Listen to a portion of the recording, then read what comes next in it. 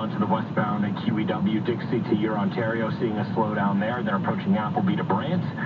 Eastbound 401 moving slowly, 427 to Leslie, alternating express and collectors. Ramp to Victoria Park, a stalled vehicle in the right lane. Eastbound, or rather westbound 401, volume delay Broad Street to approaching Salem, approaching McAllen to west of Kennedy in the express. Brindley to Victoria Park in the collectors, 404 to Avenue. Alternating express and collectors approaching Dixon, lane realignment happening here. It's slowing things down from Kiel. Alternating express and collectors, and then on a city street. Eastbound front, University to Bay, blocked for a demonstration. Bloor both ways, St. George to Woodbine. Shuttle buses running line 2's close, so that's slowing things down.